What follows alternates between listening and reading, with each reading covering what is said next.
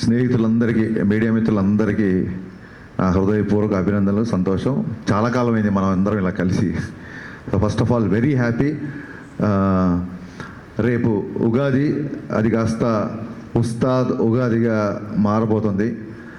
ముందుగా ఈ నూతన సంవత్సరం సందర్భంగా మనందరి కెరీర్లో మనందరి పర్ఫార్మెన్సు ఈ సంవత్సరం బద్దలైపోవాలని మనస్ఫూర్తిగా కోరుకుంటున్నా. మీ అందరికీ బాగుండాలి. సినిమా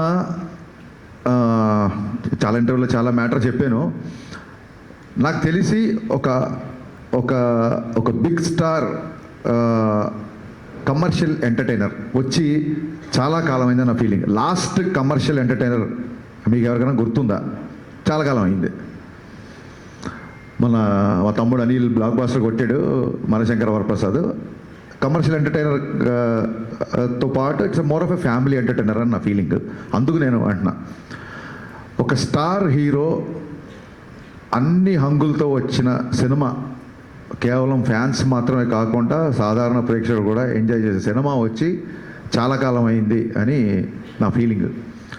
ఫుల్ ఫ్లెడ్జ్డ్గా పాటలు, డ్యాన్స్లు, డైలాగులు, విలన్తో పాటు ఉండే ఒక హీట్ కాన్వర్జేషన్స్, లవ్ స్టోరీస్, అందులో ఒక entertainment. When I say entertainment, only comedy కాదండి. ఎంటర్టైన్మెంట్ అన్నప్పుడు solid action sequences, solid dialogues, at the same time ఒక అడ్రలిన్ రష్ ఇచ్చే మూమెంట్స్. డెఫినెట్గా మిగతా సినిమాలకు ఉన్న రేట్లు మనకి ఇక్కడ తెలంగాణలో రాలేదు. కాబట్టి ఇది ఏ రికార్డులు కొడుతుంది, ఎంత కలెక్ట్ చేస్తుంది, ఒక రూపాయి ఎక్కువ చేస్తుంది, తక్కువ చేస్తుంది అనేది నేను చెప్పలేను. ఖచ్చితంగా ఒక విషయం మటుకు చెప్పగలుగుతున్నా, సినిమా చూసిన తర్వాత ఇలాంటి సినిమా వచ్చి చాలా కాలమైంది, ఇంత ఎంటర్టైనింగ్ సినిమా వచ్చి చాలా కాలమైంది అని చెప్పి పవన్ కళ్యాణ్ గారిని మనస్ఫూర్తిగా, తృప్తిగా ఆయన నుంచి ఏమేమి కోరుకుంటారో, హెయిర్ స్టైల్ నుంచి డ్యాన్సెస్ వరకు, డైలాగ్స్ వరకు, ఆయన మాడ్యులేషన్, ఆయన సెన్స్ ఆఫ్ హ్యూమరు, ఒక ఫుల్ ఫ్లెడ్జ్డ్ పవన్ కళ్యాణ్ గారి సినిమా. నేను ఆ రికార్డు, ఈ రికార్డు ఇవన్నీ మనసులో పెట్టుకోలేదు. ఎందుకంటే అది రిలీజ్ డేట్లు బట్టి ఉంటుంది. మనం ఓడి తెలిస్తే దయ్యం ఓడి తెలిసిందంటే మేము మార్చ్ 26 రావాల్సింది, 19కి రావాల్సి వచ్చింది. సో ఆ రిలీజ్ డేట్ని బట్టి సంక్రాంతికి వస్తే ఒక రెవెన్యూ, సమ్మర్కి వస్తే ఒక రెవెన్యూ, మిగతా ఏ సినిమా లేకపోతే ఒక రెవెన్యూ. ఆ రికార్డ్స్ అంటే ఎంత కలెక్ట్ చేస్తుంది అనేది మన చేతిలో లేదు. ఎంత ఖర్చు పెట్టి తీయగలుగుతాం, ఎంతలో తీయగలుగుతాం అనేది డైరెక్టర్ చేతిలో ఉంటుంది. ఆ విషయంలో నేను 100% సక్సెస్ అయ్యాను. చాలా ఫాస్ట్గా, ఎక్కడ వేస్టేజీ లేకుండా ఈ సినిమా తీయడం జరిగింది. నా unedited length, first half edit చేయకముందు వచ్చిన లెంత్ 1 hour 19 minutes. అందులోంచి కొంచెం ఎక్స్ట్రా ఎంజీస్ అయ్యి ఒక 5 నుంచి 7 నిమిషాలు తీసేసి ఫస్ట్ హాఫ్ రెడీ చేసాం. అలాగే సెకండ్ హాఫ్ కూడా అంతే, ఇంచుమించు ఒక 125 వరకు వచ్చింది. దాన్ని కూడా ఒక 119, 120. అంటే నాకు చాలా చాలా చాలా తక్కువ ఎడిటింగ్ పని అనమాట. సో అంత కాంపాక్ట్గా ఇండస్ట్రీ ఉన్న పరిస్థితుల్లో ప్రొడ్యూసర్లు ఎదుర్కొంటున్న సమస్యలను దృష్టిలో పెట్టుకొని చాలా ప్రీ ప్లాన్డ్గా, ఎందుకంటే ఇంత ప్లాన్డ్గా చేయడానికి మాకు మా మెయిన్ బలం ఏంటంటే పవన్ కళ్యాణ్ గారు. ఎందుకంటే ఆయన పొలిటికల్ స్కెడ్యూల్స్ అన్నీ ఆన్ టైం జరగాలి కాబట్టి మన దగ్గర ఒక అవర్ అటు అయినా, ఒక 1 day ఇటు అయినా సరే మొత్తం ఒక చైన్ రియాక్షన్ లాగా, ఒక బటర్ఫ్లై ఎఫెక్ట్ లాగా మిగతా అన్నీ దెబ్బతింటాయి. కాబట్టి ప్రాపర్గా టైం ఇచ్చేవాళ్ళు. మార్నింగ్ 7 o'clock అంటే 7 o'clock ముందే చెప్పేసేవాళ్ళు, అదే టైంకి వచ్చేవాళ్ళు. లేదు ఇవాళ మధ్యాహ్నం 2 గంటల తర్వాతే వస్తారు అంటే 2 గంటల తర్వాతే వచ్చేవాళ్ళు. సో దాని మూలంగా ఆయన రాగానే ఎంత ఫాస్ట్గా ఆయన వర్క్ ఫినిష్ చేయొచ్చు అన్న దిశగా మేము చాలా ప్రీ ప్లాన్డ్గా చేసుకున్నాం. కాబట్టి అట్ ద సేమ్ టైం నేను చాలాసార్లు చెప్పాను, మళ్ళీ చెప్తున్నాను, మైత్రి వాళ్ళు ఎలా ఉంటారంటే, సార్ ఇది కావాలి, ఇలా ఈ సెటప్ అనుకుంటున్నా, లేకపోతే ఇది అనుకుంటున్నా అంటే ఫస్ట్ క్వశ్చన్ ఎంత కావాలి అంటారు, అంతే. అంతే తప్ప ఎందుకు కావాలి అని అడగరు. ఇలాంటి ప్రొడ్యూసర్లని కాపాడుకోవడం, ఇలాంటి ప్రొడ్యూసర్లు 10 కాలాల పాటు ఇండస్ట్రీలో ఉండడం, వీళ్ళు మరిన్ని సినిమాలు తీయడం అనేది ప్రతి డైరెక్టర్ బాధ్యత, నా స్ట్రాంగ్ ఫీలింగ్. ఇంత జర్నీలో ఒక్కరోజు అంటే నేను కథ మార్చిన, కథ సైడ్ కొంచెం కుస్తీ పడ్డా, ఏం పడ్డా, ఏంటి సార్ మీరు స్క్రిప్ట్ లేట్ చేస్తున్నారండి, త్వరగా మనం షూటింగ్ చేయాలి కదా అని ఏ ఒక్కరోజు ఒక చిన్నపాటి అసహనం కానీ, ఒక చిన్నపాటి అసంతృప్తి కానీ లేకుండా నవీన్ గారు అయితే అసలు ప్యాంపర్ చేస్తుంటారు అనమాట డైరెక్టర్ని. అందుకే వాళ్ళ బ్యానర్లో, అంటే నేనేదో స్పెషల్ అని కాదు, ప్రతి డైరెక్టర్ని నేను అలా ప్యాంపర్ చేస్తుంటారు. అందుకే వాళ్ళ బ్యానర్లో అందరు డైరెక్టర్లు సినిమాలు చేస్తున్నారు, ఇంకా చేస్తుంటారన్న నా ఫీలింగ్. సినిమా ఫినిషింగ్ వచ్చేసరికి అప్పటికే చాలా ఖర్చు అయింది. సినిమా డిలే అయింది. ఈ ప్రాసెస్లో సాంగ్స్కి అంత ఖర్చు పెట్టడం అనేది అసలు సహజంగా ఎవరు ఒప్పుకోరు. నేను 500 మంది డాన్సర్స్తో అనుకుంటున్నాను సార్, ఎత్తరా కాలర్ రాగానే కొంచెం ఫస్ట్ థియేటర్లోకి జనాలు రాగానే కొంచెం బాగుండాలి సార్ అంటే 1500 డ్యాన్సులు ఇచ్చారు. నేను మామూలు సెట్ అడిగితే వాళ్ళ కెరీర్లోనే మైత్రి మూవీ మేకర్స్లోనే ఎవరు అయినంత పెద్ద సెట్ వేసి ఇచ్చారు. సార్ చాలా రోజుల తర్వాత పవన్ కళ్యాణ్ గారు డ్యాన్స్ చేస్తున్నారు, పవన్ కళ్యాణ్ గారిని చూడాలంటే మరి ఆ సెటప్ కూడా అలాగే ఉండాలి కదా సార్ అని చెప్పి దేక్లెంగే సాలా కానీ ఎత్తరకాల 2 సాంగ్స్ కానీ నేను అడిగిన దానికంటే ఎక్కువ ఇచ్చారు. నవీన్ గారు sincere my heartfelt thanks అండి. మీరు లేకపోతే, రవి గారు లేకపోతే ఈ సినిమా ఇలా అయితే వచ్చేది కాదు. అంటే ఆయన ఏదో నన్ను పొగుడుతుందని ఆయన పొగుడుతున్నాను కాదు, కానీ అసలు ప్రొడ్యూసర్లో చేయాల్సిన పనులు 90% ఈయన ప్రొడ్యూసర్ లాగానే బిహేవ్ చేస్తారు. అంటే maybe confidence on himself or confidence on నేను పవన్ కళ్యాణ్ గారి సినిమా, హరిశంకర్ సినిమా చేస్తున్నాను, కానీ he demands and he make sure that there is no wastage. మాకు ఏదైనా ఒక 5% కానీ 95% ఆయనే కంట్రోల్ చేయాలి. హీజ్ అ ప్రొడ్యూసర్ డైరెక్టర్, అది 100% ట్రూ. థ్యాంక్ యూ అండి. Thank you sir. ఇంకా రవి గారు, నవీన్ గారు తర్వాత అంత ఇదిగా డైరెక్టర్తో ట్రావెల్ అయ్యే ప్రొడ్యూసర్ మా రవి గారు. సో అమ్మ నాన్న బ్యాలెన్స్డ్గా ఉంటే ఒక కుటుంబం ఎంత ఆనందంగా ఉంటుందో, రవి గారు నవీన్ గారు అంత బ్యాలెన్స్డ్గా ఉంటారు కాబట్టి మైత్రి కుటుంబం ఇవాళ ఇన్ని విజయాలు సాధించిందని నా ప్రగాఢ నమ్మకం.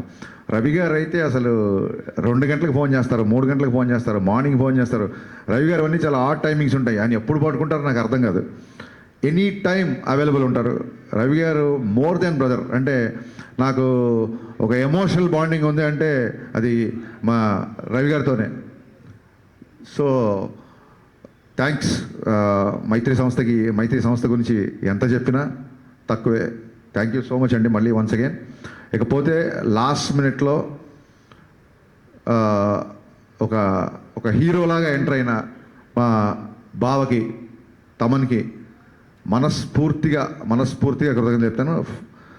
ప్రీపోన్ అయిన తర్వాత నా సైడ్ నుంచి ఏం లేదు, నేను ఒకసారి వెళ్ళి అడుగుతాను. మనం అడుగుదాం సార్, మనం ఆల్రెడీ తను చాలా లాస్ట్ మినిట్లో తీసుకొచ్చాము. మళ్ళీ ప్రీపోన్ అవుతున్నప్పుడు నేను, నవీన్ గారు, రవి గారు తమన్ దగ్గరికి వెళ్ళాము. ఇలా డిస్ట్రిబ్యూటర్లు, ఎగ్జిబ్యూటర్లు అందరూ ప్రీపోన్ చేద్దాం అంటున్నారు. నీకు అసలే చాలా తక్కువ టైం ఇచ్చాను, అందులోంచి ఇంకో 1 వీక్ వచ్చేస్తాను. ఎందుకంటే 19th సినిమా రిలీజ్ అవ్వాలంటే ప్రింట్ చూడడానికి 19th, కానీ తమనికి ఇంకో 3 రోజులు తక్కువే ఉంటుంది. ఓవర్సీస్కి అతని డెడ్ లైన్ వచ్చేసి 16వ తారీఖే. సో నేను టెన్షన్ పడిపోయా. ఫస్ట్ మామూలుగానే 26th అనుకున్నాం, 19th అంటే 19th కదా, 26th కల్లా సౌండ్ రెడీ అయిపోయి ఓవర్సీస్కి వెళ్ళిపోవాలి. చాలా తక్కువ టైం, ఆల్మోస్ట్ 12-13 రోజులు టైము. బాబా నాకైతే నీ చాయిస్తో వెళ్దాం అనుకుంటున్నాను నేను, నువ్వు చెప్పు నీ కంఫర్ట్ అన్నప్పుడు ఆయన ఒక్క సెకండ్ కూడా ఆలోచించలే మావాడు. ఓకే చేసేద్దాం, ఏముంది ఇంకో 2-3 గంటలు ఎక్కువ కష్టపడదాం అన్నాడు. Thank you Baba, hats off. 10-12 రోజుల్లో ఇంత పెద్ద భారీ కమర్షియల్ సినిమాకి పాటలు అంటే అయిపోయింది, ఫైట్లు, ఎంటర్టైన్మెంట్ పోనీ అంటే ఒకటే జోన్లో ఉండే సినిమా కాదు ఇది. రకరకాల ఎమోషన్స్, విలన్తో ఉన్నప్పుడు ఒక సీరియస్నెస్, యాక్షన్ సీక్వెన్సెస్, రాశిగన్నతో వచ్చే ఎంటర్టైన్మెంట్, శ్రీలీల గారి క్యారెక్టరేషన్, అన్ని ఎమోషన్స్ ఉన్న సినిమాకి బ్యాక్గ్రౌండ్ స్కోర్ కేవలం 12-13 రోజుల్లో కొట్టేసాడండి. నిన్న చూసిన తర్వాత తమన్ పర్ఫార్మెన్స్ బద్దలైపోయిందని బయటకు వస్తారు. ఫస్ట్ సినిమా నుంచి బయటకు వచ్చినప్పుడు తమన్ గురించే మాట్లాడుకుంటారు. ఇందులో నాకు ఏ మొహమాటం లేదు, తమన్ గారి గురించే మాట్లాడుకుంటారు first. Thank you Baba, thank you, so sweet of you. లైఫ్లో నువ్వు చేసిన ఈ మేలు, ఈ సహాయం, నా రైట్ టైంలో నా పక్క నిలబడి నాకు ఇచ్చిన ఈ ధైర్యం నేను జీవితంలో ఎప్పుడు మర్చిపోలేను. Love you boss, love you. ఇకపోతే మా శ్రీలీల అండ్ రాశికన్న గారు, మేము శ్రీలీలతో షూటింగ్ చేసినప్పుడు అప్పటికి ఇంకా మేము ఆ క్యారెక్టరేషన్ రాశికన్న అనుకోవాలా, ఆవిడ ఊరికి ఆల్ ది బెస్ట్ చెప్తామని సెట్కి వచ్చారు. ఏది బిఫోర్ ఎలక్షన్స్ వచ్చినప్పుడు మనం పనిచేయాలి హరీష్ అంటే, యా రాశి మనం కూడా పనిచేయాలి అని చెప్పి ఇద్దరం అనుకున్నాము. మేబీ తన మేనిఫెస్టేషన్ నా మేనిఫెస్టేషన్ తెలియదు. 2.5 సంవత్సరాల తర్వాత అనుకోకుండా ఆ క్యారెక్టర్కి మళ్ళీ రాశికన్న గారు వచ్చారు. సో అన్నీ కుదిరినాయండి. ఇంకా శ్రీలీల గారి గురించి మొన్నే చెప్పాను నేను, చాలా చాలా చాలా ఇంటెలిజెంట్. మిగతా విషయాలు ఆవిడ గురించి ఎవరిని అడిగితే నేను Q&Aలో చెప్తాం అనుకుంటున్నాను. ఫ్రీ ఈవెంట్ లాగా మళ్ళీ ఎక్కువసేపు క్లాసులు వింటున్నాను. కాకపోతే ఈ సినిమాకి అడిషనల్ ఫోటోగ్రఫీ 2 సాంగ్స్ ఇచ్చిన మా కెమెరామెన్ రవివర్మన్ గారికి, అలాగే సినిమా మొత్తం సినిమాటోగ్రఫీ చేసిన మా కెమెరామెన్ అయనంక బోస్. ఈ సినిమాకి 2 కెమెరామెన్లు, 2 మ్యూజిక్ డైరెక్టర్లు, 2 ప్రొడ్యూసర్లు, 2 హీరోయిన్లు. సో ఇదేది ప్లాన్ చేసింది కాదు, అన్నీ అలా కుదిరిపోయినాయి. ఇంకా మీ సహనాన్ని పరీక్షించకుండా నా టెక్నీషియన్స్ కానీ ఇంకెవరైనా కానీ మర్చిపోతే మనస్ఫూర్తిగా క్షమించండి.